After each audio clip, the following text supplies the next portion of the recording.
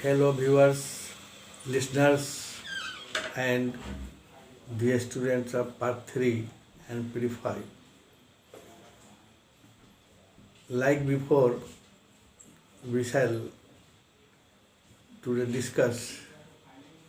the Sealing Act 1962, wherein we shall discuss about the acquisition of surplus land and the rayat or uh, proprietor or and landlords as well as tenure holders are consisting the more than maximum fixed land, then they have to surrender the land to the government. अर्थात ceiling act के अंतर्गत दो बातें आज हम आपको विस्तृत रूप से बताने जा रहे हैं कि जब तिथि का प्रकाशन हो गया और जमीन भूमि सरकार में भेस्ट हो जाएगी, जो और जिनके पास सीमा जो एक परिवार को निर्धारण की गई थी, पिछले क्लास में बताया था आपको, तो उससे अधिक वह भूमि नहीं रह सकता और यदि रखे हुए है सरकार उसको ले लेगी। और नहीं ऐसा कोई कार्य करेगी जिससे भूमि को छिपाने की कोशिश की जाए, किसी के जरिए पार्टीशन अपने आप में नहीं करके, अलग अलग परिवार नहीं करके सरकार को दिखाने के लिए और उसमें कोई बदलाव तब्दीली करे, इस पर भी ध्यान दिया गया है। इस प्रकार सख्त रोक लगा दी गई सीलिंग एक्ट के तहत कि आप इससे अधिक ज़मीन नहीं रह सकते हैं, और एक परिवार को कितना ज़मीन मिलेगा इसका क्लासिफिकेशन भी आपने पिछले क्लास में देखा। 6 तरह के क्लासिफिकेशन थे, उसके तहत ही कोई परिवार या एक परिवार अपने पास भूमि को रख सकता है। यदि उसके पास सरप्लस भूमि है तो वह राज्य सरकार में चली जाएगी। इस प्रकार हम कह सकते हैं कि सीलिंग एक्ट की धारा 4 अर्थात में इस पर बात की व्यवस्था की गई है कि कैसे कितना भूमि जो वर्गीकरण के तहत तय किया गया था उससे अधिक नहीं रख सकते, उसकी क्या व्यवस्था है अभी एक एक करके बताते हैं। प्लस ऐसा कोई सरकार को भूमि न देने का जुगाड़ आपने किया है तो वह भी लाजिमी नहीं है। इसके तहत भूदान एक्ट 1954 भी आया था कि लोग स्वेच्छा से भूमि को दान करें और बिना भावे उस भूमि को गरीबों के बीच बांट दें। इसमें भी जो लोग सरप्लस लैंड था दिया और भेस्ट कर गया भूदान समिति में, तो अभी मानी जाएगी कि आपका सरप्लस लैंड था जो एक अच्छे वेलफेयर काम के लिए आर्टिकल 51 कॉन्स्टिट्यूशन के अंतर्गत एक अच्छा काम किया गया, वो सरकार मान लेगी। तो यह भी शामिल किया गया था, परंतु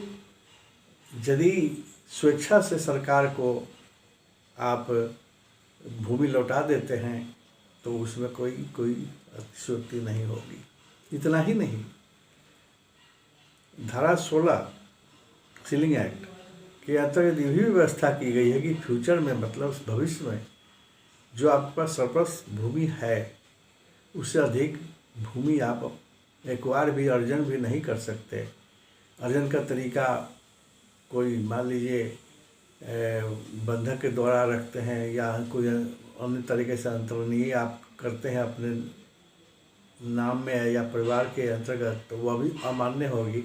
और उस पर भी रोक लगाती है। तो सबसे पहले देखें हम कि क्या व्यवस्था धारा 4 के अंतर्गत किया गया है, जिसे आप एक एक करके देखें। पहला है कि इस अधिनियम में अन्यथा किसी बात के उपबंधित न होने पर किसी भी व्यक्ति या परिवार के लिए अधिकतम सीमा से अधिक भूमि धारण करना कानूनन नहीं होगा। वह सभी भूमि जो परिवार के सदस्यों तथा अलग अलग या संयुक्त रूप से या परिवार के कुछ या सभी सदस्यों द्वारा संयुक्त रूप से धारित हो, परिवार के द्वारा धारित समझी जाएगी। दूसरा यहाँ यह है कि कोई भी भूधारी मतलब लैंड होल्डर, इसमें सभी चले आते हैं, चाहे वह स्वामी हो, भूस्वामी हो, टेन्योर होल्डर हो या अन्य कोई रैयत हो। तो कोई भी भूधारी जो निर्धारित सीमा से अधिक भूमि धारण किए हुए है, इस अधिनियम के लागू होने के तिथि से और धारा 15 के अधीन अधिसूचना के प्रकाशन तक उस भूमि को कलेक्टर के बिना आदेश या पूर्व आदेश से हस्तांतरित नहीं कर सकते हैं। इस संदर्भ में पटना हाई कोर्ट में केसेज आए थे 1977 में और एक केस आए थे 1970 में, जो उसमें हम 2 लाइन इसमें व्यक्त करना चाहेंगे कि पटना उच्च न्यायालय 1977 BBC-J पेज T17 ने एक बाद में यह निर्धारित किया कि भूधारी द्वारा कलेक्टर की अनुमति से किया गया अंतरण अवैध होगा। इस संबंध में पटना उच्च न्यायालय के अन्य एक वाद में निर्णय दिया गया, जिसका वर्णन 1980 BBC-J पेज नंबर 51 में भी है, जिसे आप चाहें तो देख सकते हैं, जिसमें इस मत को व्यक्त किया गया कि अंतरण यदि सीलिंग क्षेत्र के अंदर है तो अंतरण वैध होगा। पॉइंट नंबर 3, भूधारी द्वारा 22 अक्टूबर 1959 के बाद का किए गए अंतरण की वैधता की जांच करने का अधिकार कलेक्टर को होगा और कलेक्टर अगर इस बात से संतुष्ट हो जाता है कि अंतरण का उद्देश्य अधिनियम को विफल करना है या अंतरित भूमि को बेनामी रूप में रखने के उद्देश्य से किया गया है, तो कलेक्टर पक्षकार को सूचना देने के पश्चात सुनवाई कर एक प्रकार के अंतरण को अवैध घोषित कर सकता है। इस संबंध में पटना उच्च न्यायालय 1978 BLJ पेज नंबर 57 के अंतर्गत यह निर्धारित किया कि यदि खरीदार का नाम रजिस्टर 2 में रजिस्टर्ड किया गया है या हो गया है और लगान की रसीद जारी कर दी गई है, तो ऐसे हस्तांतरण को अवैध या शून्य घोषित नहीं किया जा सकता है। दूसरा है नेक्स्ट पॉइंट कि किसी व्यक्ति द्वारा बिहार भूदान एक्ट 1954 के अंतर्गत किसी भूमि को दान में दे दिया गया है और यदि यह भूदान जग समिति के में निहित हो गई है तो उनके द्वारा धारित की जा सकने वाली भूमि की सीमा को निर्धारित करते समय ऐसी भूमि की गणना नहीं की जाएगी। नेक्स्ट पॉइंट है बिहार नियत तारीख अर्थात 9 सितंबर 1970 को किसी परिवार के सदस्यों की संख्या 5 से अधिक रही हो तो वहाँ उस परिवार के वैसे प्रत्येक अतिरिक्त सदस्य के लिए धारा 4 के अंतर्गत अवधारित अधिकतम सीमा क्षेत्र के अलावा उतना ही भूमि को धारण कर सकेगा जो कि श्रेणी की अधिकतम सीमा के 10वें भाग से अधिक न हो, परंतु किसी भी हालत में परिवार द्वारा धारित भूमि को अधिकतम सीमा के 1.5 गुना से अधिक नहीं होना चाहिए। नेक्स्ट पॉइंट, इस अधिनियम के अंतर्गत ऐसी किसी भूमि का जिसे कि धारा 5 के अधीन राज्य सरकार के द्वारा किसी भूधारी को की गई अनुमति हो केवल इसलिए अर्जन नहीं किया जाएगा कि भूधारी ने अपनी निजी सिंचाई स्रोत से उस भूमि में बाद में किसी प्रकार का सुधार किया है या अन्य दिए गए व्यक्तियों की संख्या में किसी कमी हो गई हो। इस प्रकार ये 6 जो पॉइंट आपने देखा, ये सब एक व्यवस्था है जिससे कि जो मध्यवर्तियों से लिए गए जमीन जो सरकार में निहित हो गई है उसमें कोई हेरा फेरी या फिर किसी तरह का अतिरिक्त ऐसा कोई अंतरण नहीं किया गया है जो अवैध मानी जाएगी। और कभी कभी 1959 की चर्चा की गई है जिसके अंतर्गत उसके बाद यदि कोई अंतरण किया गया है, क्योंकि उन लोगों को इस बात की भनक पहले लग गई थी कि सीलिंग एक्ट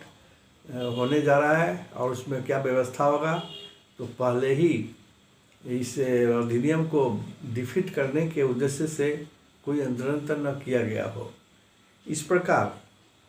ये इस तरह की व्यवस्था की गई है जिसके अंतर्गत ये बातें सामने आती है कि कोई भी व्यक्ति या परिवार जो सरप्लस रखता है बड़ीकरण के अलावे,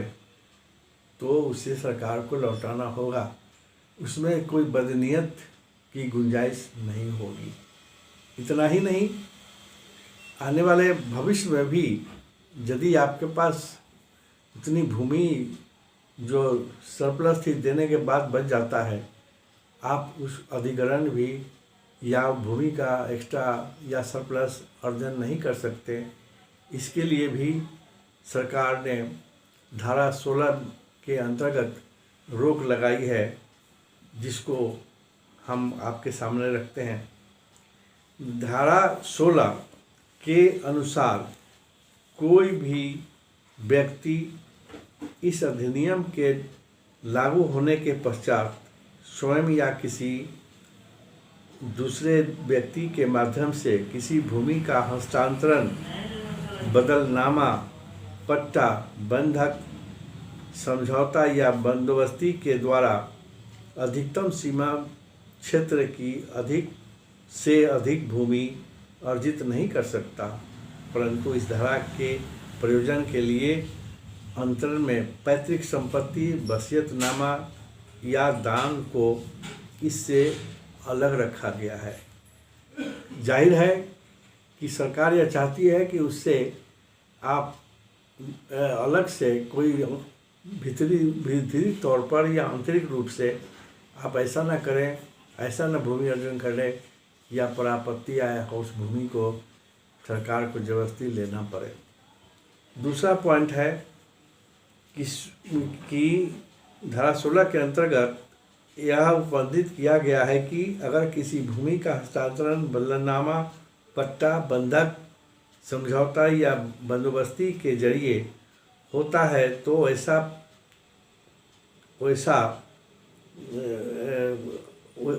वैसी अवस्था में वह दस्तावेज तब एक पंजीकृत नहीं किया जाएगा जब तक कि लेने वाले की सभी भूमि के रकबे को पंजीकरण अधिकारी के समक्ष घोषित नहीं किया जाए। पॉइंट नंबर 3, इस अधिनियम की धारा 16 में अभी व्यवस्था की गई है कि पंजीकरण अधिकारी को इस बात के लिए प्राधिकृत किया गया है कि वह किसी वैसे दस्तावेज को पंजीकृत नहीं करेगा यदि उसे घोषणा में से यह ज्ञात हो जाए कि वह दस्तावेज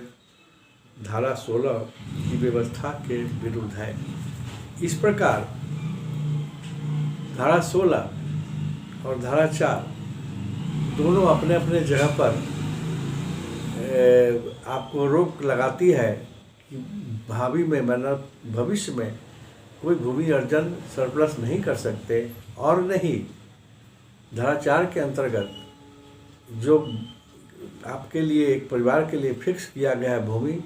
उससे अधिक यदि आपके पास है सरप्लस लैंड जिसको कहते हैं, अधिशेष भूमि कहते हैं, उसे आप सरकार को लौटा दें। अर्थात आप भी साम्या के सिद्धांत को अपनाएं और सरकार भी साम्या के सिद्धांत को अपनाएं और दोनों अपने अपने जगह सुरक्षित रहें। धन्यवाद।